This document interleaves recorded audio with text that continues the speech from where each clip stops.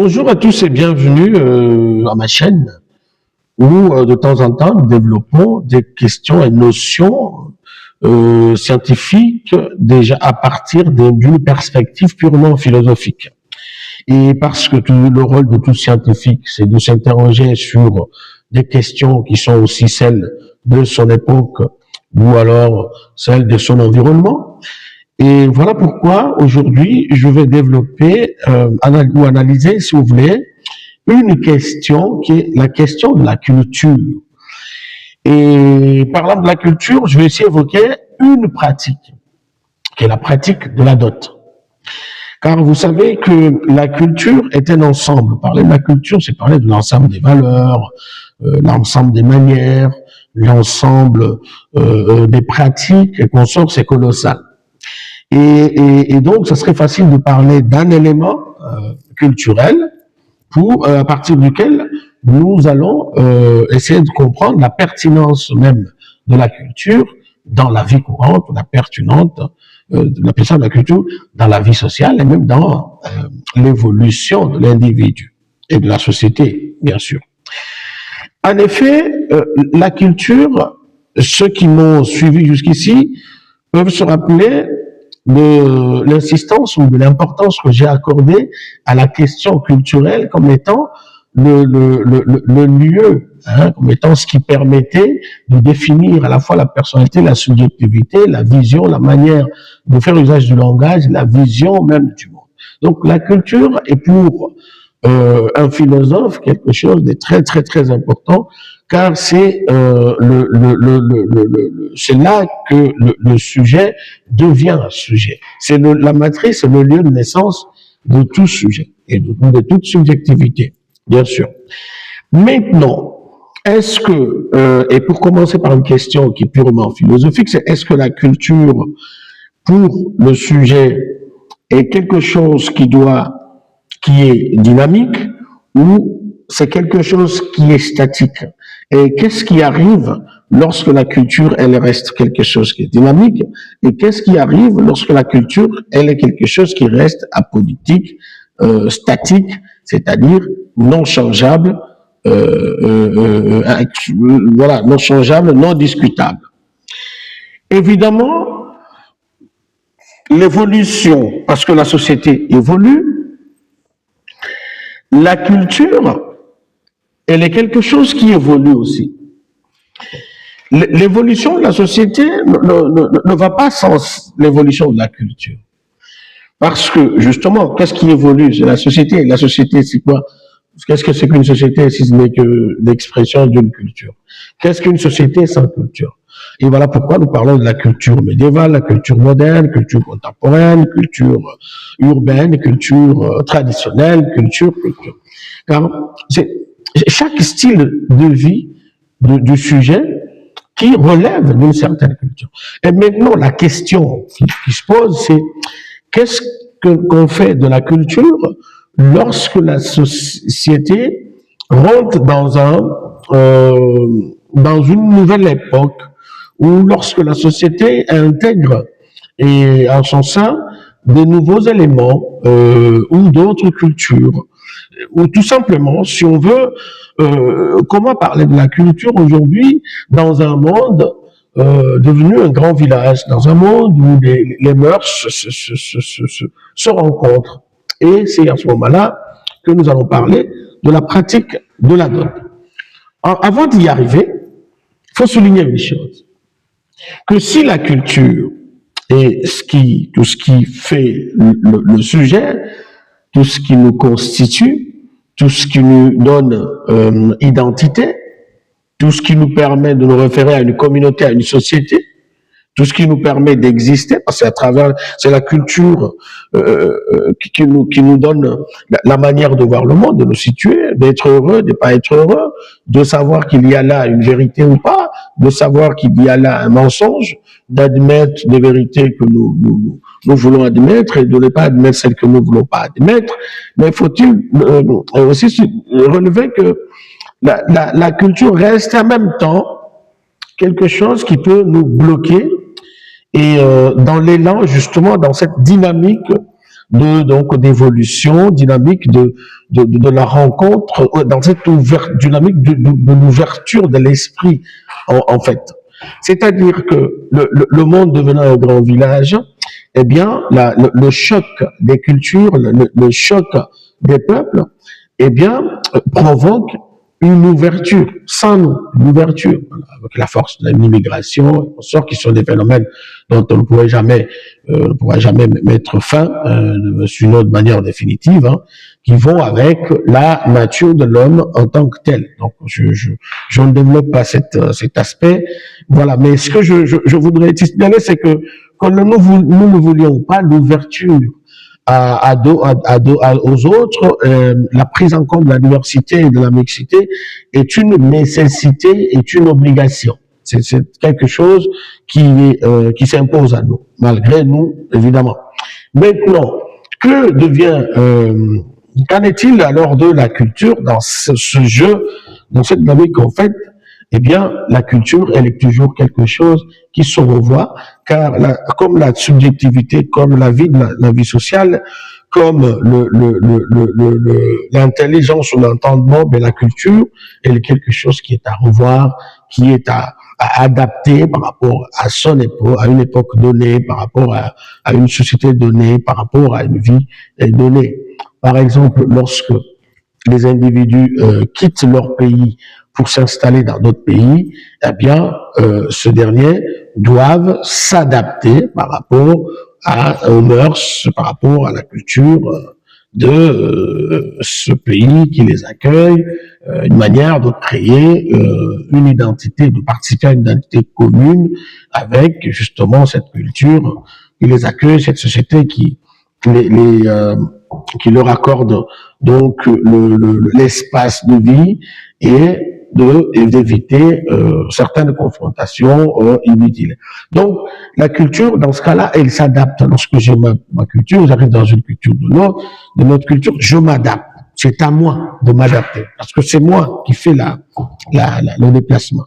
De la même manière, lorsque vous quittez une époque et que vous entrez dans une autre époque, par exemple, aujourd'hui, nous sommes dans l'ère, à l'époque, ou à l'époque numérique, bien écoutez, nous entrons dans la culture numérique avec toutes les contraintes que cela implique et nous devons nous y adapter et c'est une obligation. Hein, il ne s'agit pas d'un choix. Mais maintenant, dans cette évolution, nous nous rendons compte que certaines pratiques culturelles résistent et parce qu'elles résistent, eh bien, par rapport à cette dynamique, eh bien, elle commence à poser problème. C'est par exemple le cas que nous voulons évoquer ici de la dot en Afrique. En réalité, la dot, dans sa conception purement africaine, était une manière pour l'homme, pour la famille ou l'homme, en fait c'est l'homme, quand on dit la famille c'est l'homme, du marié, hein, le mari, le candidat, de montrer de quoi il était capable en termes de protection ou en termes de garantie de vie accordée à la femme, à celle qui deviendra sa femme. Ben, c'est-à-dire que nous sommes en Afrique à l'époque dans une culture, hein, évidemment, où l'homme jouait le rôle de protection de la femme, de protection de la famille. Évidemment, faut qu'on se le dise que dans une Afrique traditionnelle, c'est l'homme qui fait la chasse. C'est l'homme qui fait la chasse, c'est l'homme qui fait la guerre, dans pas mal de cultures aussi. Et à l'époque, c'est l'homme qui fait la guerre, et c'est aussi l'homme qui est responsable du bien-être, en fait, du bien-être, qu'il s'agisse sur le plan alimentaire ou qu'il s'agisse d'autres plans, de sa famille, hein, de sa famille. Donc, l'homme devait faire preuve de cela, de sa bravoure, de sa capacité. Maintenant, dans certaines cultures, on amenait le jour du mariage, l'homme devrait offrir un gibier s'il fait la chasse. C'est en fait le produit, le fruit de son travail qu'il vient justement présenter à sa belle famille. Il venait, s'il était agriculteur, il venait avec des produits agricoles, donc l'histoire montrait ce qu'il faisait. S'il était chasseur, il venait voir donc la famille du partenaire avec un gibier, déjà un gibier, voilà. Et ce gibier était préparé pour le repas, voilà, le repas à la cérémonie. Et puis, bon, la famille de la femme donnait aussi quelques fruits, cadeaux, la cola, voilà. Mais au fur et à mesure de l'évolution de la société africaine, il va apparaître une certaine transition du symbolique, de la pratique à l'exigence et recommandations tarifiées, eh bien, de la pratique de la dot. C'est-à-dire que de là, parce que la chasse n'était plus l'activité pratiquée par tous, parce que faut rappeler que dans les sociétés traditionnelles africaines, on était soit chasseur, soit agriculteur. On ne pouvait pas ne pas être l'un des deux. On était soit agriculteur, soit chasseur. Maintenant, lorsque dans la société africaine, une nouvelle catégorie de personnes, c'est-à-dire des personnes qui n'étaient ni agriculteurs, ni chasseurs, eh bien, des personnes qui étaient soit commerçants, soit fonctionnaires, c'est-à-dire l'administration, le commerce et la modernité, font introduire dans la société africaine une autre catégorie. Et à partir de ce moment-là, la dot change de forme, c'est-à-dire que au lieu que le partenaire, l'homme qui vient demander la main, vienne avec le fruit de son travail, ou qui vienne avec un gibier ou des fruits, ou je sais pas, ou sa récolte pour donner à la cérémonie, eh bien, on faisait recours à de la monnaie, c'est-à-dire il y a ce qu'on appelle la conservation de la valeur. En monnaie, l'équivalent de ce que la personne donnait. On donnait une chèvre, on donnait 2 chèvres, on donnait 3 chèvres, et puis bon, on venait avec et ça se partageait à la cérémonie. Maintenant, au fur et à mesure, la pratique de la dot africaine quittait, intégrait d'autres éléments qui, au départ, n'avaient rien à voir. C'est-à-dire, il était question pour le marié, donc l'homme, comme une forme de payer la facture des dépenses faites par la belle famille pour sa future épouse. Je m'explique. À partir du moment où, à partir d'un certain moment, la dot n'était plus question de symbole, question de montrer combien l'homme était capable de quoi que ce soit, voilà, mais était question de rembourser.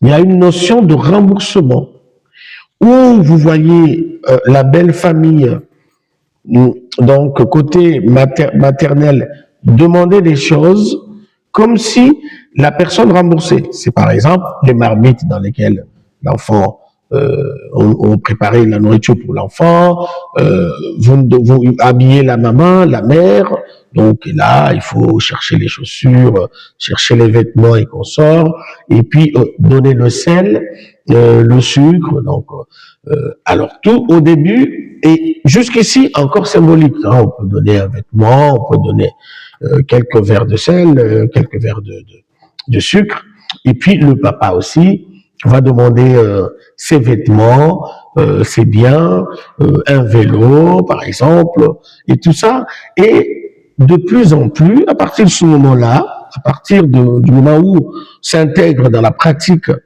une intention nouvelle, parce que je crois que le rôle d'un intellectuel, c'est aussi de s'interroger sur toutes ces questions, eh bien, il y a comme une certaine déviation qui ne cesse qui jusqu'à aujourd'hui, jusqu'au jour d'aujourd'hui, ne cesse de croître.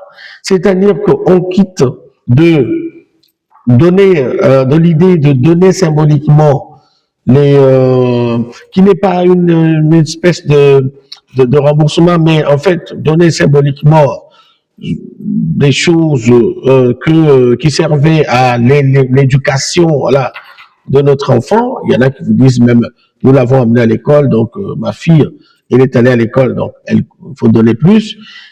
Nous avons quitté, au fur et à mesure, nous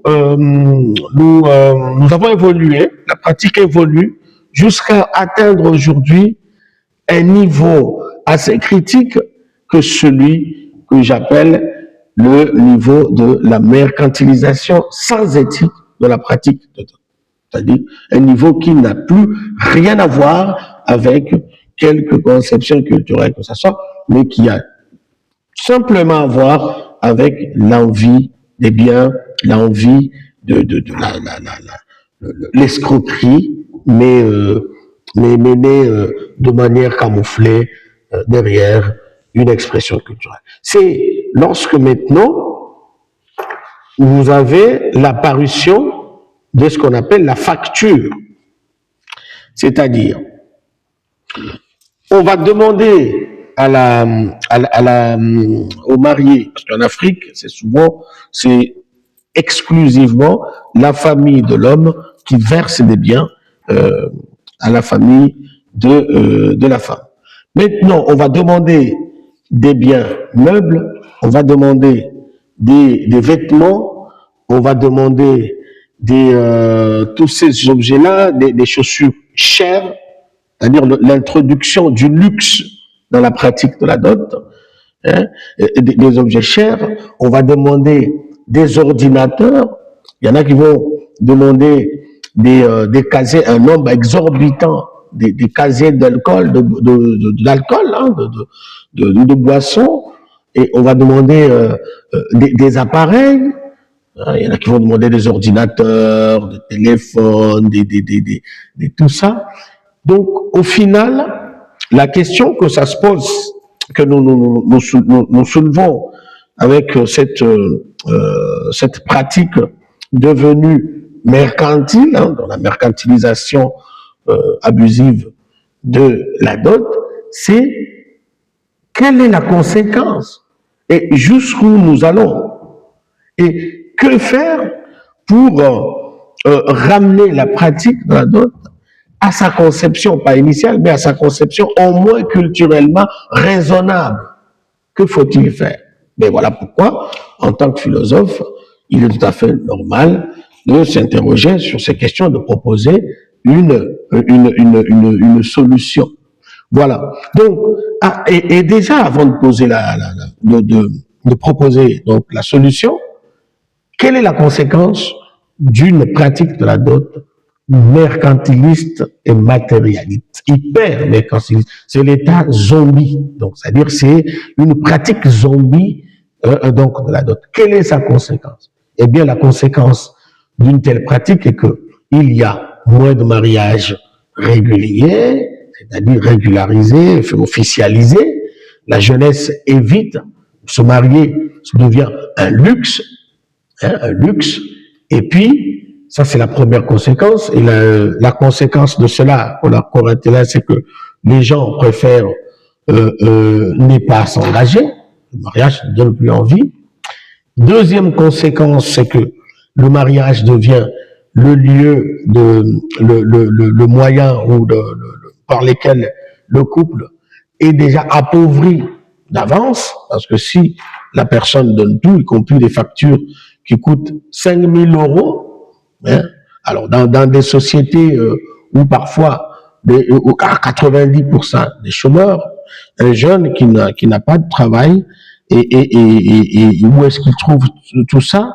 Et parfois on leur dit, eh bien, la dette de la dot, elle ne se termine pas, vous allez payer au fur et à mesure. Donc il y a l'appauvrissement anticipé donc du couple, et le fait que le manque, la crainte de l'engagement, hein, la crainte de l'engagement, et la troisième conséquence, qui est une conséquence grave, plus grave que toutes les autres conséquences, c'est celle qui consiste à dire que la mercantilisation de la dot dans sa pratique africaine actuelle, avec le niveau zombie, ferait passer la femme plutôt pour un bien, pour une esclave vendue.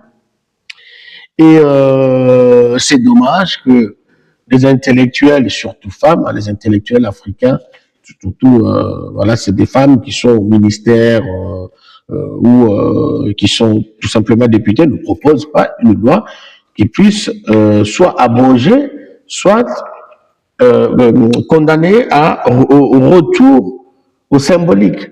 Parce que justement, qu'est-ce qui se passe dans la tête de l'homme qui a payé toute sa fortune pour avoir cette femme et qui a payé cette fortune pas de manière volontaire. Il faut insister. Je parle ici de la pratique telle qu'elle est imposée de manière excessive, exorbitante à des personnes qui n'en ont pas la capacité. Je parle de ça. Sinon, lorsque quelqu'un a plus de moyens et se dit que moi, j'épouse ma femme et avec des millions, là au moins c'est volontaire.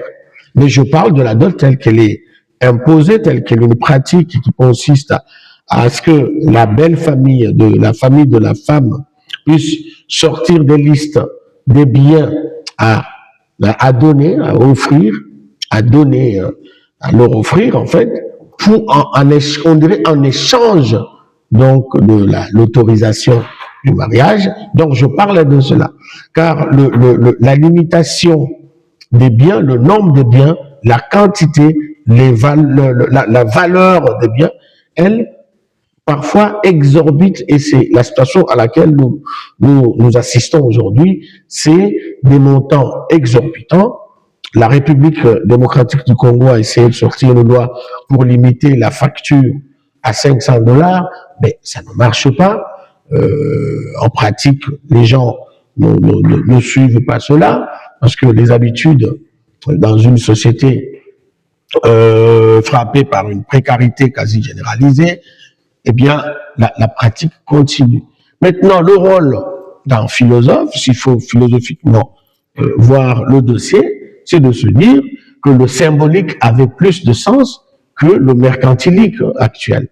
C'est-à-dire que les trois conséquences que je cite, c'est-à-dire l'appauvrissement, à savoir l'appauvrissement anticipé du couple, le manque, le désordre, la désorganisation sociale due à la pratique, et surtout l'image, la déshumanisation, on va dire, de l'image même de la femme, qui peut être entachée, c'est-à-dire que le fait de demander sous cette forme-là enlève de la valeur au lieu d'en accorder, enlève de la valeur, et ce qui peut engendrer des violences, la violence conjugale, parce que dans la société africaine, les gens vous disent j'ai beaucoup payé pour t'avoir, et donc tu dois me faire ça.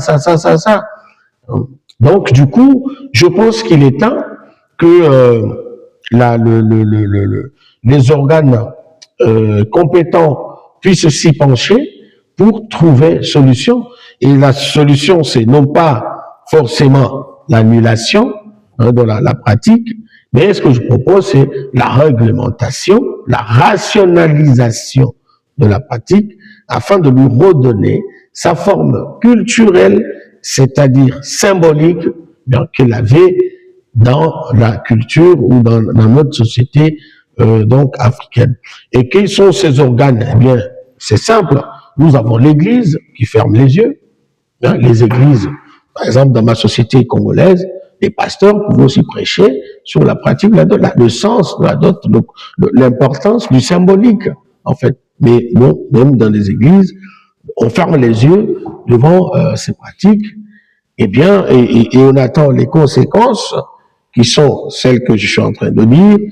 Bien, c'est la déstructuration de la famille, la déculturation, il faut que je le dise même, de la pratique, et le non-sens et l'escroquerie qui rentrent en jeu. La dot devient le lieu de destruction d'avenir. Donc, des gens, la dot devient le lieu un dérangement, tout simplement.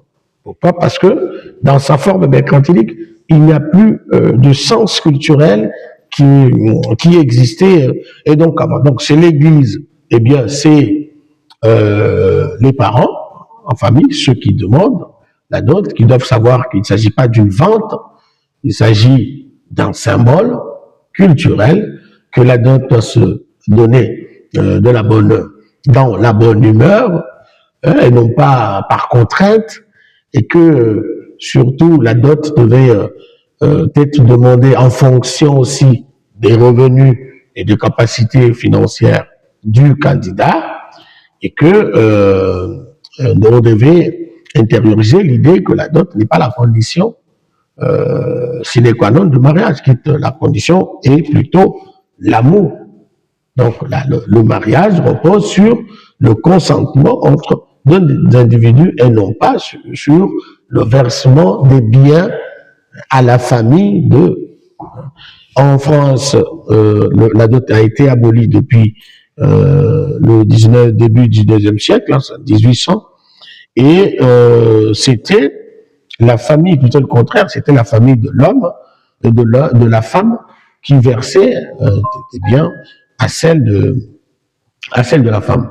Voilà, donc c'était ça l'idée que je voulais développer ce soir, qui est la culture qui devient à la fois quelque chose qui est indispensable, c'est-à-dire quelque chose qui nous porte, qui nous façonne, mais la culture peut être aussi quelque chose qui nous détruit si on n'y fait pas attention, si on ne la laisse pas évoluer et reformer par rapport à l'évolution justement des époques et de notre société.